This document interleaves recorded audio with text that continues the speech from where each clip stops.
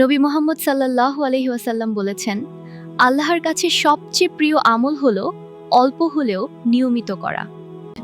এই হাদিসটি শুধু ইবাদতের ক্ষেত্রে নয়, জীবনের বাস্তব ক্ষেত্রে অনেক গুরুত্বপূর্ণ। আমরা অনেক সময় ভাবি একদিনে অনেক কিছু করলেই হয়তো বড় কিছু হয়ে যাবে, কিন্তু আসলে তা না।